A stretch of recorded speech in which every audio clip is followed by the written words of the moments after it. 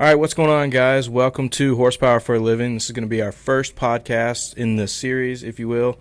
We're going to do YouTube videos, but we're also going to post it on iTunes, Spotify, all the mediums we can. So definitely feel free to look for those and download those, and check us out on YouTube as well. If you're watching it here, make sure you like, subscribe, do all that. It really helps us out. But on the first podcast, I think we're going to talk about American Speed Shops. I guess to give you a little bit of a background on the idea of the podcast, the name is Horsepower for a Living. So we're planning on talking to a bunch of people in the industry that make horsepower for a living and kind of get their perspective and their point of view on the industry. Yep. So what better way to start off the podcast than talking about us? So yeah. I think we can start with explaining who is American Speed Shops. Yeah, well, American Speed Shops is the two you see sitting here, and then also my parents, John, you've seen. John's the owner of the Joker Trans Am, but yeah, it's pretty much just us. We're not super big or anything like that. We try to keep it tight, you know. Just a homegrown business. Yeah. I'm kind of a firm believer in, the less hands that touch something, the less, Less chance you have to mistakes. fuck it up. Yeah. So, I'm just going to keep everything rolling so we can just talk. So we are a performance-based machine shop that specializes in LS, LTX platforms mainly. LS, LT. We're doing the Coyote stuff more and more now. So A couple of starting VGs, VQs. Yeah, we're starting to branch out now. We feel like we've got the LS and LTs down pat, so now we feel comfortable kind of moving around a little bit and tackling some other stuff. So it should be a very exciting year for us. As well, for you guys that follow us, you get to see a little bit different content other than just an LS or an LT or an LSX block, something a little different. So, like even right now, we have 2 Coyotes in here, hopefully another 2 on the way. We've got 2 VGs, a VQ, which if you don't know what those are little Nissan 350, Z1 Motorsports, which is a huge, operation. They're just up the road from us, and they've been looking for a machine shop for a long time. So they are using us, and we're kind of filling each other out and getting our feet wet in that world. Yeah, that should be a good partnership for 2020. Just got them on board. We just took a trip up there last week and picked up our first set of parts, and I'm excited for that. I can't wait to get those rolling. Definitely. It's going to be it's proven to be a good relationship so far. So I'm excited about that. A couple things that we are going to touch on in the podcast would be what we are looking to get into this year. We're looking to get into a little bit more racing this year than we did last year. Definitely we have our 2 sponsor cars, which is the Bullet WS6 and Arsenic, the Rat Rod. We have those 2 guys, but we're going to mainly focus this year on our own stuff. I mean, our flagship car, the Joker Trans Am, my white car, which is more or less a Dyno Queen, and just kind of shows off some of our different packages. And then your car, which we just started on. So do you want to kind of elaborate on that? And what was your thought process for cutting up a perfectly good car? Well, you always want to find the perfect car. Everybody says they want to start with rollers, and I think with this car, more along the lines, I wanted to make it a roller. This car was perfectly good. It was fine. It was a very nice car. Good car, and John with the Joker, he can vouch for it. Sometimes you have a car that you want to build. Yeah. And that was the case with this Mustang. I just wanted to build this car. Yeah. I get that because, I mean, you grow attached to a car, and especially one like that is probably like your first, big major purchase. Yeah. Yeah, I can see that. I mean, I definitely kind of shed a tear when we cut it up the other day. How do you think I felt? I've been through hell and back with that car. Right. If you guys, we posted a video of that on our YouTube channel as well. So if you don't know exactly what we're talking about or what car, just go check it out on our YouTube channel. But it is a pretty cool colored car. It's grabber blue. The plan for the car was originally just to build kind of a stout motor, put it together, and then in the future kind of tackle, like maybe doing a turbo kit or something. Yeah, add on. Yeah, that didn't last long, did it? No, because we started the year. I mean, like we said, we want to go out and be at races this year. We started out the year with, the biggest race, Lights Out. So we get back from Lights Out, and, I've never been around that kind of stuff before. I've been to street car events. I've raced my car, but going to Lights Out was really an eye-opening experience for me. Yeah, it shows you how fast guys are and how slow you really are. Really yeah, are. Yeah, yeah. I was talking to Madison, my girlfriend, about it last night. I was like, man, I used to think I was hot shit riding around here in an 800 horsepower Mustang. Mm-hmm. Went down to lights out, and for those guys, if you can walk around talking about I got an 800 horsepower street car, it's laughable. Right. Yeah. Exactly. So I just wanted to come home, and it's just it's eye opening, but it's also challenging. It's like, why not? Why can't I do it? Yeah. Why can't we do it as a shop? Yeah. There's plenty of people around here that are started off small, and look where racing is taking them. A lot of people don't see racing as a road to go down in life. They think it's just an expense. You're just always going to be spending money and all that. But I mean, you are. You are, but you also know a lot of people. It's no different than fishing or anything else. I mean, it's a lot of money, but like we go over in the video, you haven't spent a dime yet. No, so, I haven't. I mean, everything done to the car has been off of parts sold. Yeah. Which is pretty cool. Mm-hmm. I think there's a couple different ways of going about building a car like that, and that's definitely not the route I would have chosen personally, but I think it's going good for you. I mean, you've got pretty far. I mean, we got a front end on it. Yeah, John's worried that I'm going to pass him. That's not going to happen, but I mean. But you got a one-piece front end. You got the Rock Solid front end kit on it. We've got a parachute mount for it from Rock Solid. You've got tubular K-member. Yeah. The interior's ripped out. Whole motion racework, steering column. Yeah. And it's rolling pretty good. So you're fixing to get a cage put in it from Brazel. And, I mean, you're rolling pretty good. And to not have to spend a dime on that so far, it's pretty cool. Yeah, on these kind of things, once that ball starts rolling down the hill, it's just momentum after that point. Yeah, if you can keep momentum on building the car, if you can keep momentum and money coming in, you're really doing good. But, definitely keep it rolling because it looks good. I mean, it's very exciting. So, I think getting it ready for kind of like that Carolina No Time boosted class is, races like that are going to be really fun. I think they're going to be more. I think there's going to be more to, I don't really want to say gain, but there's going to be more racing than just like an X275 duck race or something. Oh, yeah. So we're not really aiming for any special class with this car. You're keeping it single turbo, though, right? Yeah, it's going to be a single. So you'll fit some of the classes. Yeah, we're going to keep that size under wraps right now, but we're going to be able to fit in a lot of classes, kind of go do what John Dock's been doing with his car. Hopefully we can surpass that, but so far he's laying a good groundwork for somebody a normal guy that just works every day. And so you're not planning on having it ready by Charlie's race? And no. So that race will be April 24th through 25th, if I'm right. Yeah, 24th, 25th. No, it won't be ready for that. We're definitely, I would like it to be, but I think that's more of your dyno queen. We're going to need it up there showing off. Yeah, just kind of sitting around maybe. Yeah. If you don't know about that race, you need to check our Facebook out. We are a Right Lane sponsor at that event. It is, I believe it's LS Experts No Time Put Up or Shut Up. Put Up or Shut Up. Yep.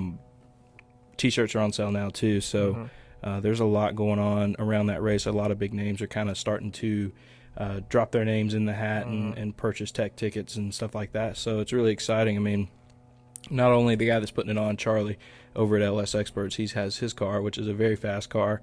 You've got what's the guy's name? Jody Voiles. Jody Voiles. He's like a X275 LDR. Yeah, we met him at Lights Out. He was out there running with the big dogs. Yeah, super cool dude, super fast. So, he'll be there. So there's definitely going to be some competition. I think there's a couple surprises that Charlie hasn't posted yet.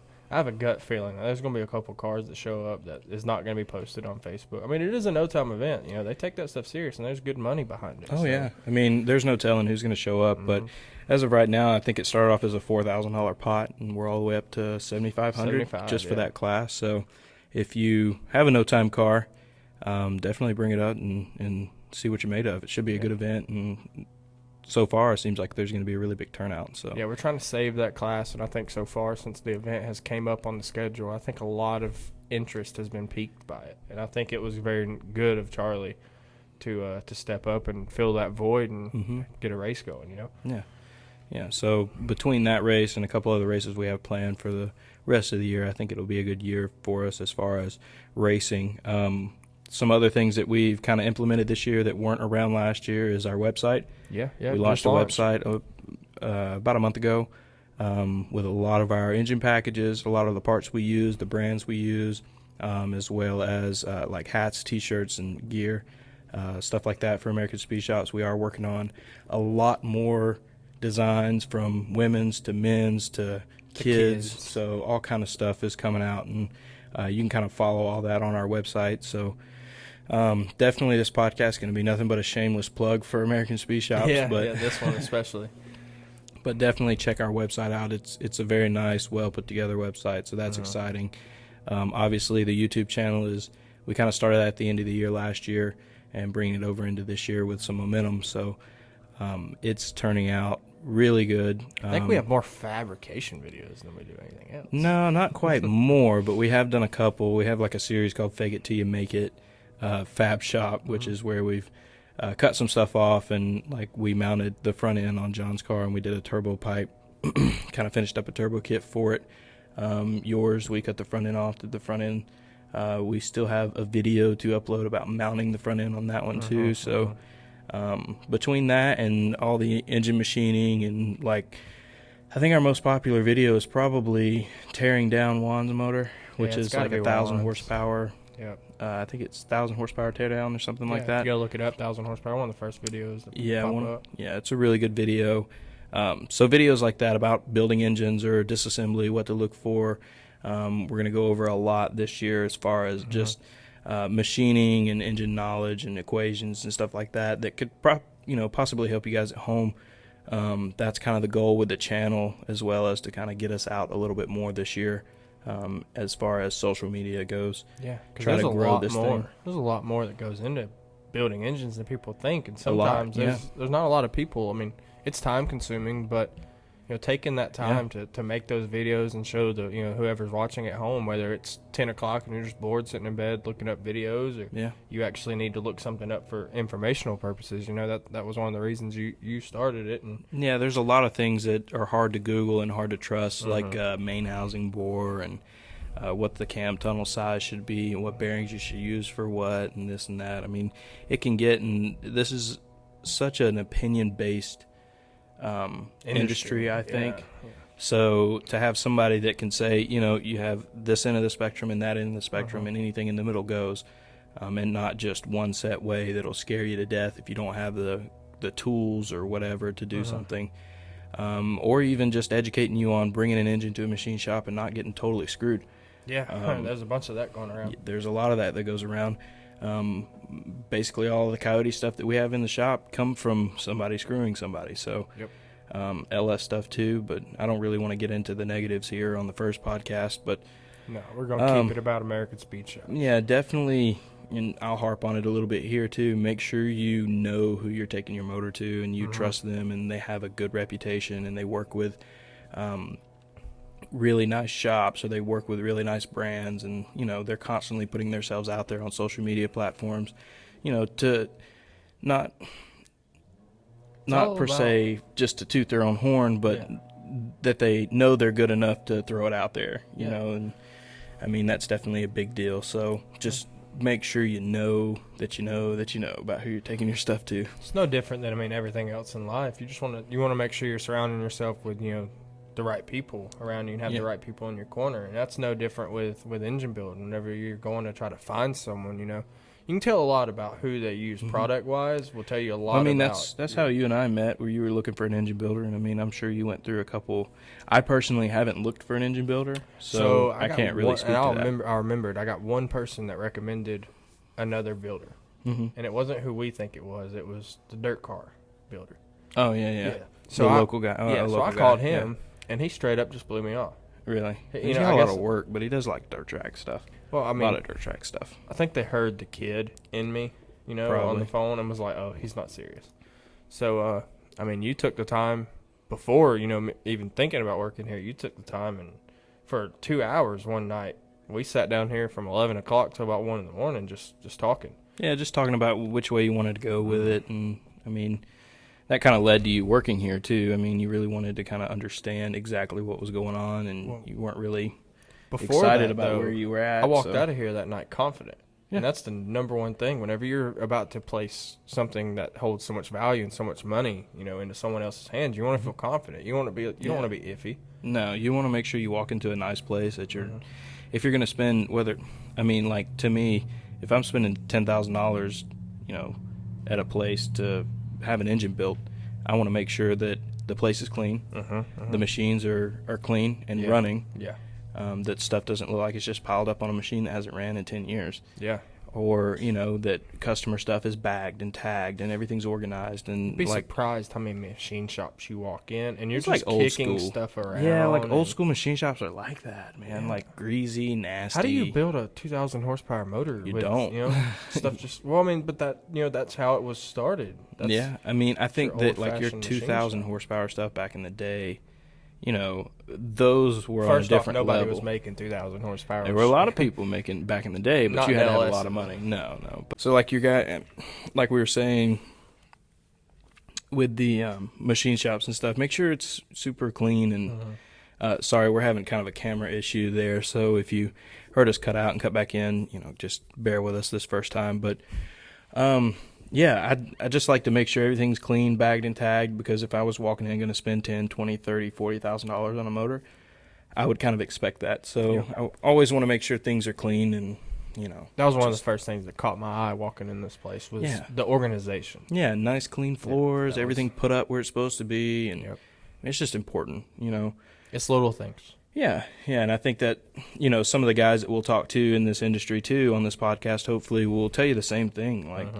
that, well, especially in engine building, if, other engine builders will tell you that it's like 90-something% of all engine failures due to foreign material. So if you're not putting them together in a clean place, you're just opening yourself up for disaster. Yeah. So that's kind of the biggest thing, is making sure things are presentable, and that just leads to good habits. That goes for this whole business, though.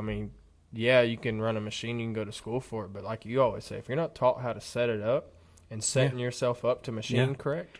Yeah, you have to set yourself up for success.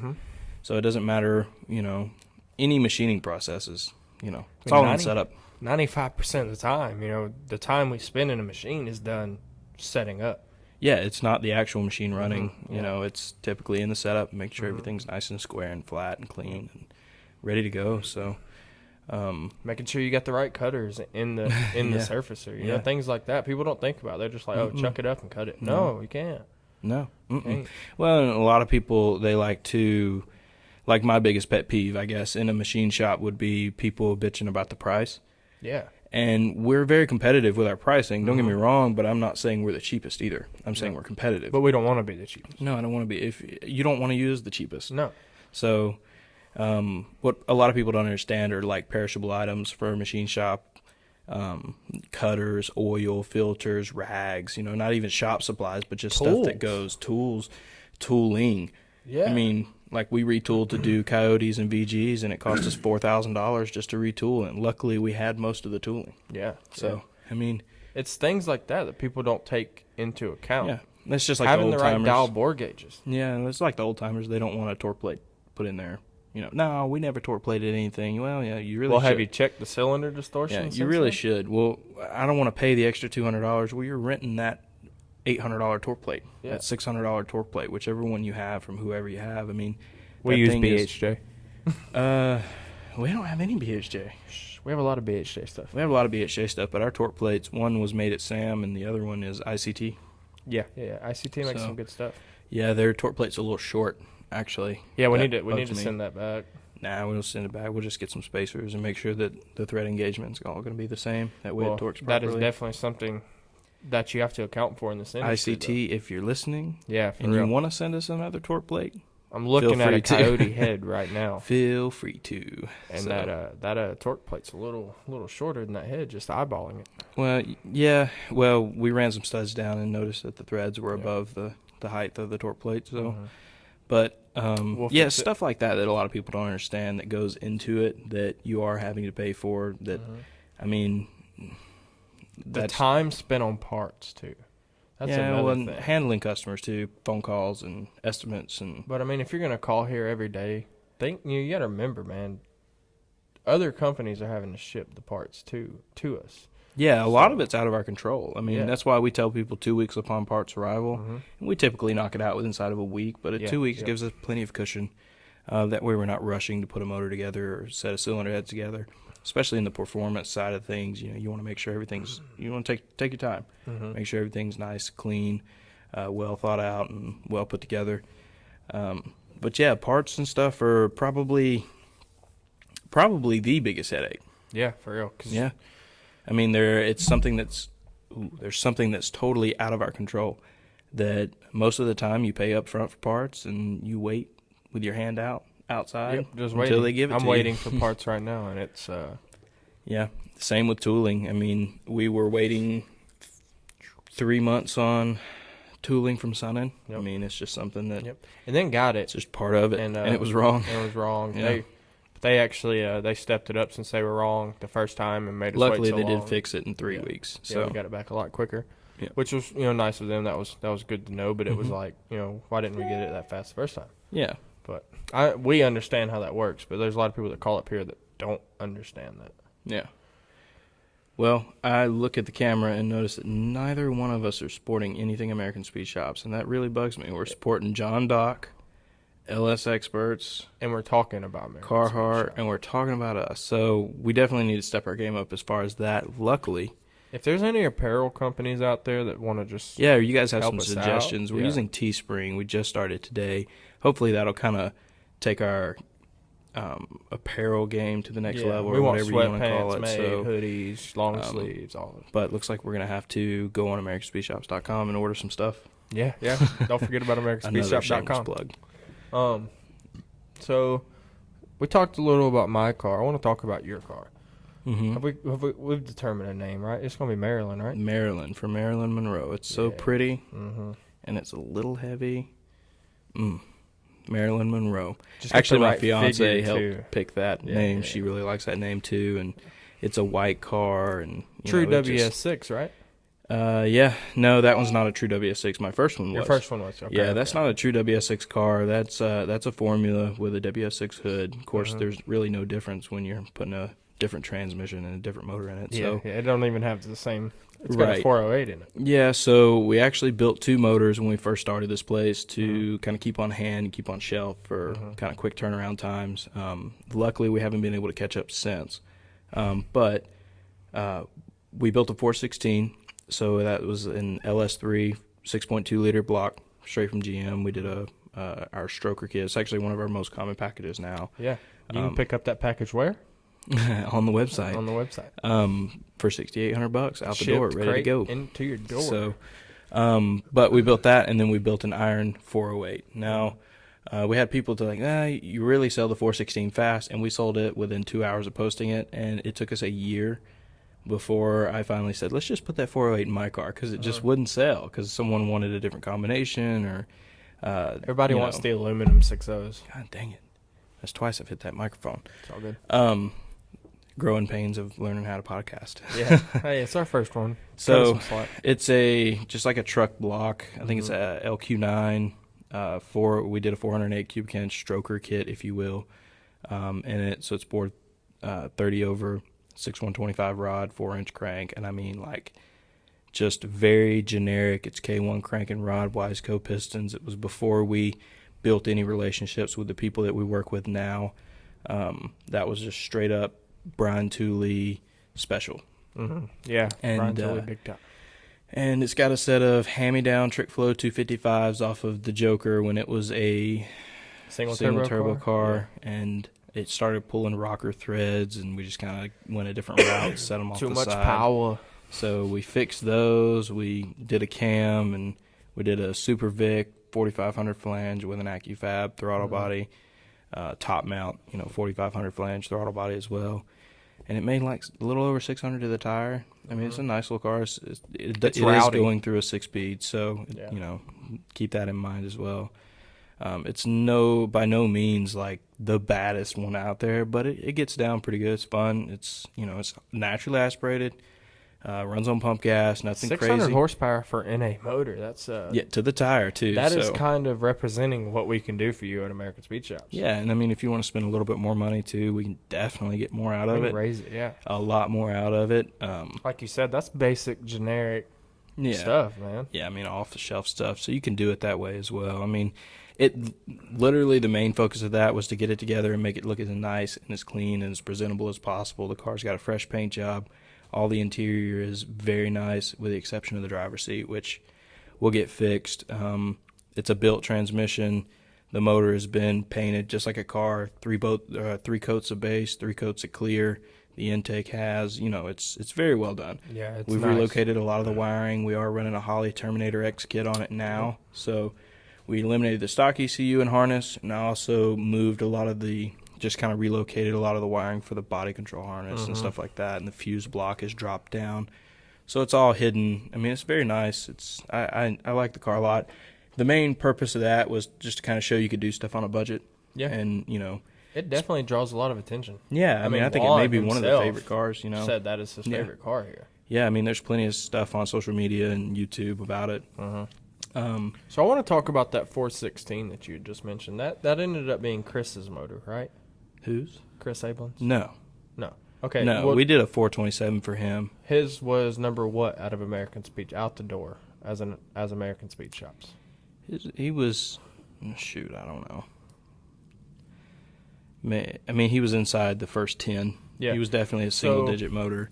One of between your first 10 motors, one of them quickly went out and set some records, right? Yeah, I think it was record holding. At the time. At the time, and we did a refresh on it, made a couple little changes that were kind of guided at the time. We were brand new, and it was just me, so I was kind of open to some guidance.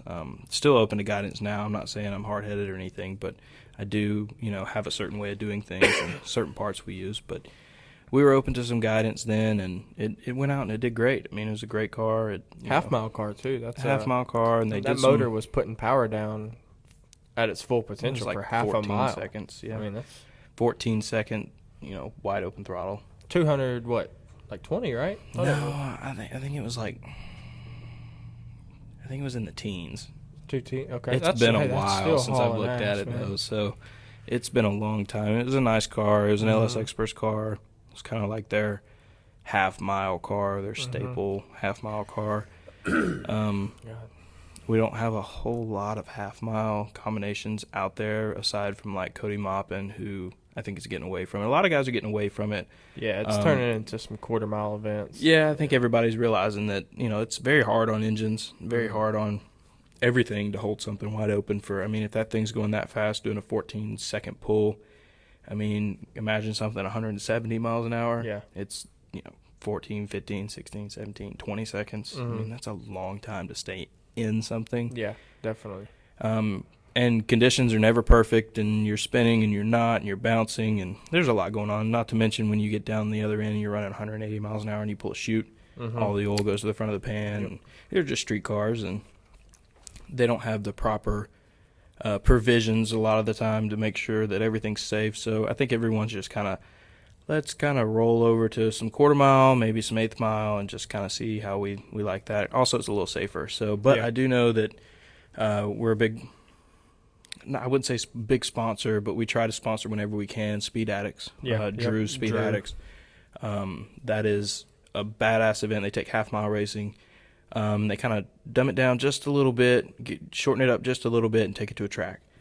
And that's a lot safer. We had a fun time there last year. Yeah, I'm a big. I like everybody to be safe. So having some walls up and safety crews there and kind of everything. Yeah, because that was one of the biggest problems with the half mile, especially up there in Heaven's Landing. Yeah, it freaked me out. You had like this ditch with water in it, and then trees on the other end. The other side of the track, and then at the very end there was like a cliff. Yeah, I remember watching a Porsche slide off onto the right side over towards them trees, and I was hoping, I was like, don't hit the trees, don't. Luckily he gathered it up and stopped it before, but still that was a big deal with that event. Those were mostly want to go fast, which are still up and going, and I think they were trying to get South Georgia there for a little bit, but I think that fell through. Yeah, which sucks because that would have been really cool. I mean, like I would have liked to see some an actual half mile track. Like that's really cool. I could get especially behind that. SGMP too. That's one of the baddest tracks in the world. Yeah, I could definitely get behind that. We love going to South Georgia, and It's not too far from us. It's 4 hours or something like that. About 4 hours, yeah. Yeah, not too bad at all. So it's a good time. So you mentioned street car just a minute ago. What is your definition as an engine builder of a street car? There are so many variables that go to it today. What's a street car? What's not? I think that's such. I think people think it's black and white, and it's not. But to me, a street car is like a true street class car that can go and do a 25-mile, whatever they do, cruise, come back and beat the shit out of it round after round after round. They don't get a break. They don't get a chance to cool everything down. They go to the lanes. They make some passes. They hot lap them. However they do it. But to be able to drive it first is, I think, and a lot of people start argument.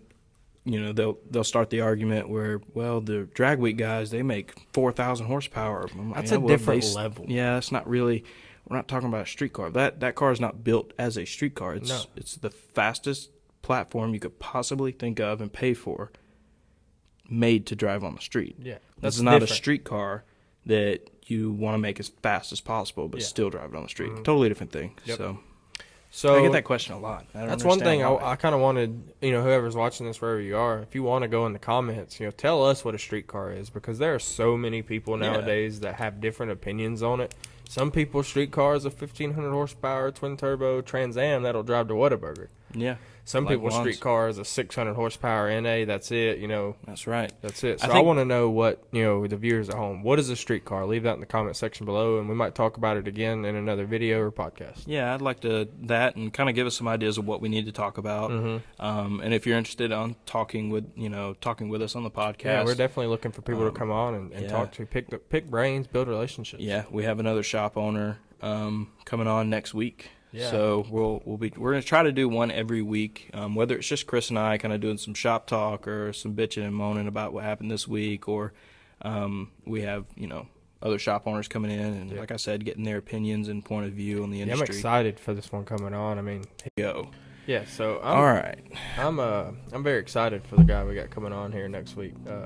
He's been around some badass Cobra Jet stuff. He cruised for a lot of people. He does everything, yeah. So I went to school with him, Big Trav. But we'll get into that next week. We'll kind of introduce him and let him give us his spiel. Yeah. But that's pretty much I think we can wrap it up there for the first podcast. I think we got some good stuff to talk about, and we'll see how everybody reacts to it. We got a couple of big builds going out. A couple of big builds, and we'll talk about that later. I just kind of I think that'll be good for an episode, just kind of talking about exactly what we got going on. I think it'll be good for another episode. So like you said, just leave some comments about what you'd like to hear. Make sure you leave comments, questions, whatever. We're always open. We try to always answer on YouTube, Facebook, Instagram. If you're not following us on those platforms, please do. It really helps. We're going to try to get this posted up maybe tonight. Hopefully you'll see this by Monday. It is Sunday right now. So we'll get this posted up. We appreciate you guys watching. And we'll see you next time. Yep.